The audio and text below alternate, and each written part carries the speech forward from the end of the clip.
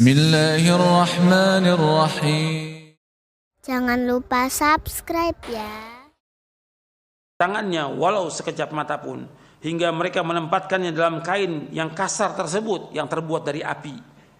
Darinya keluar bau yang sangat busuk, lebih busuk dari bau bangkai yang terdapat di muka bumi ini. Sesudah itu mereka membawanya naik. Mereka tidak melewati sekumpulan malaikat, melainkan para malaikat itu bertanya, ruh siapa yang sangat buruk ini?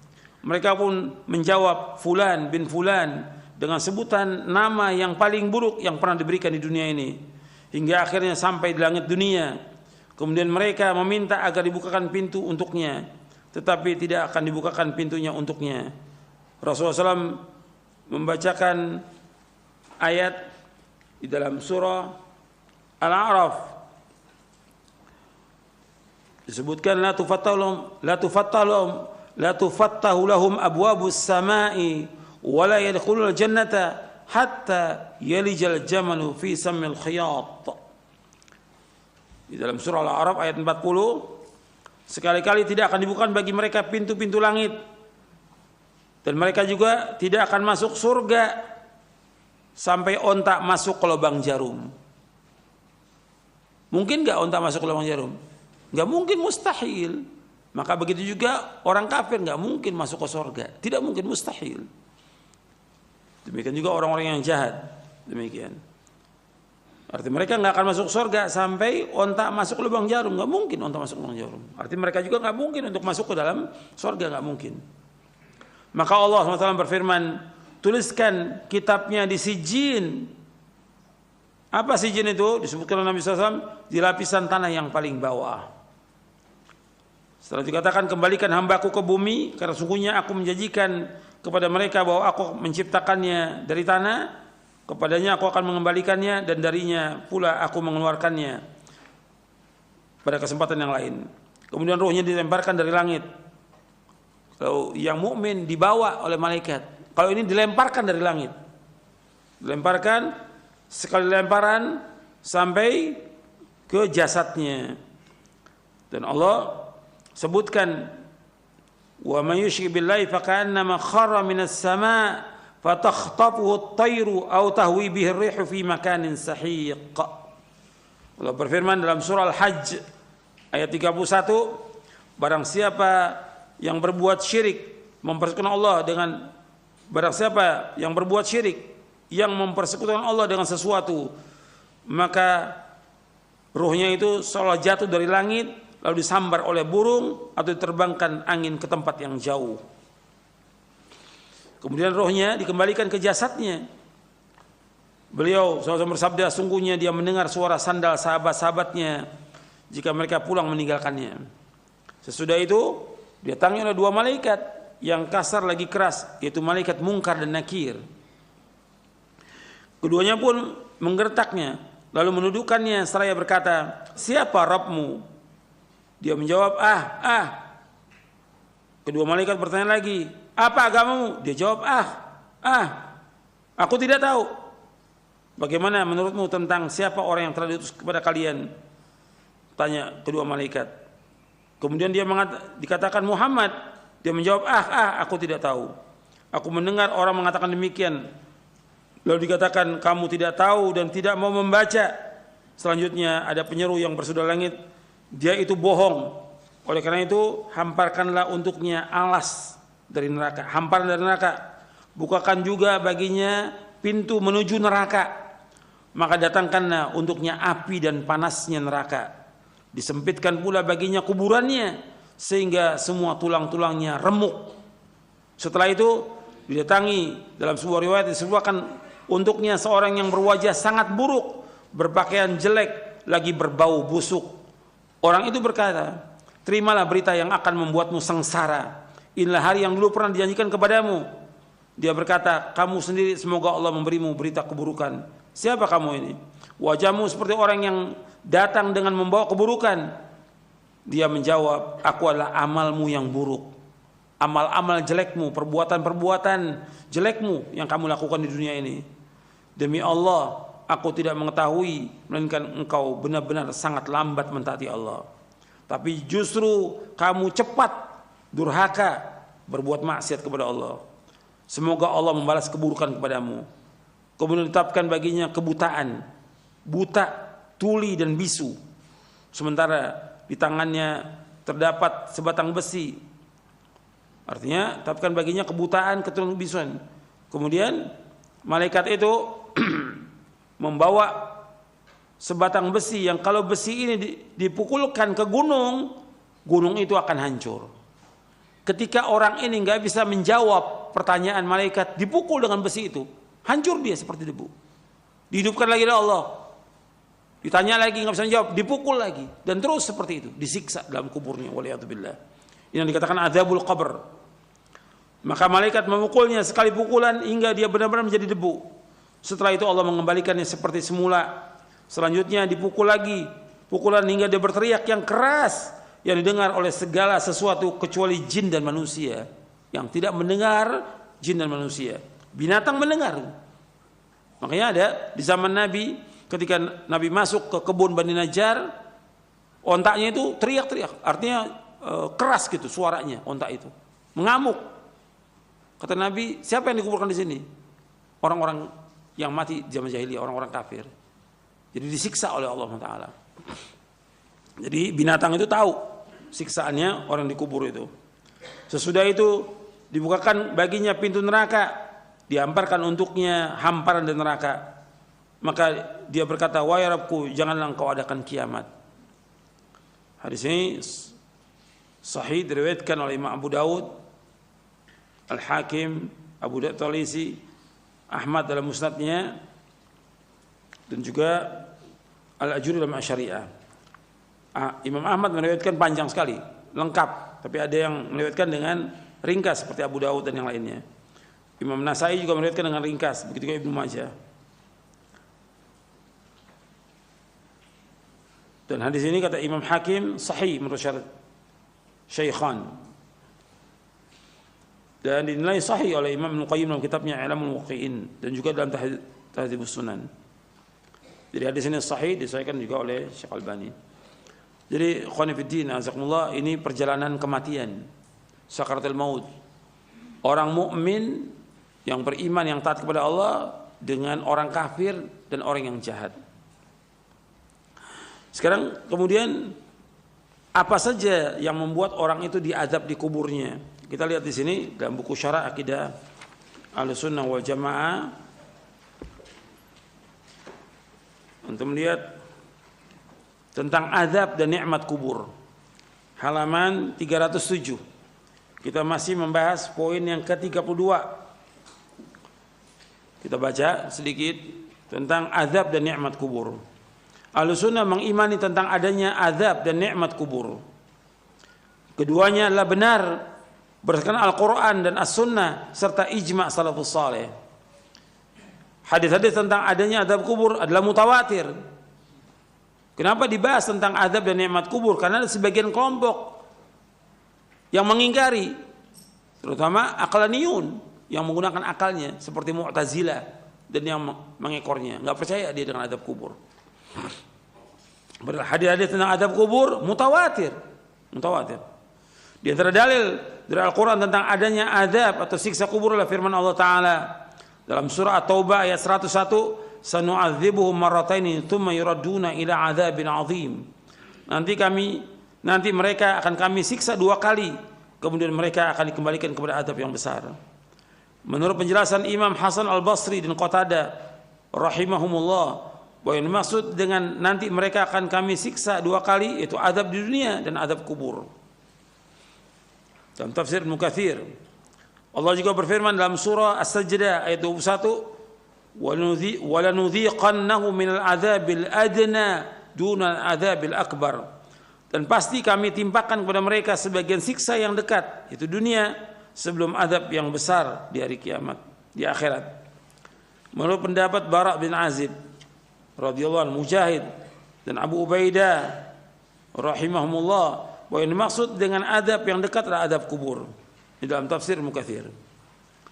Allah juga berfirman dalam surah Al-Mu'min ayat 46, "An-naru yu'raduna 'alaiha ghuduwwan wa 'ashiyya wa yawma taqumus sa'atu adkhilu ala fir'auna asyaddal azab. Kepada mereka diperlihatkan neraka pada pagi dan petang dan pada hari terjadinya kiamat. Lalu kepada malaikat diperintahkan masukkan Fir'aun dan kaumnya ke dalam adab yang sangat keras. Al-Hafidz Ibnu Katsir mengatakan ayat ini merupakan prinsip terbesar yang dijadikan dalil oleh Ahlussunnah tentang adanya azab kubur. Arti Fir'aun itu diadab setiap pagi dan petang, terus nggak berhenti sampai hari kiamat nanti diadab.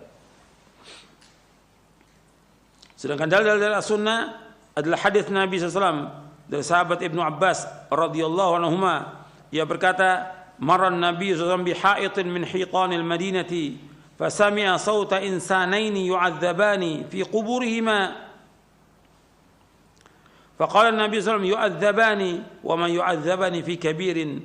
Thumma qala, "Bala, kana luma la yastatiru min bawlihi wa kana al-akharu yamshi bin namimati." Rasulullah SAW berjalan melewati salah satu kebun di kota Madinah. Lalu beliau SAW mendengar suara dua orang yang sedang disiksa dalam kubur. Lalu beliau bersabda sallallahu alaihi wasallam, keduanya sedang disiksa dan keduanya disiksa karena perbuatan dosa besar. Salah seorang dari keduanya tidak menjaga kebersihan dirinya dari kencing dan yang lainnya senantiasa melakukan namimah, mengadu domba. Hadis ini sahih diriwayatkan oleh Imam Bukhari.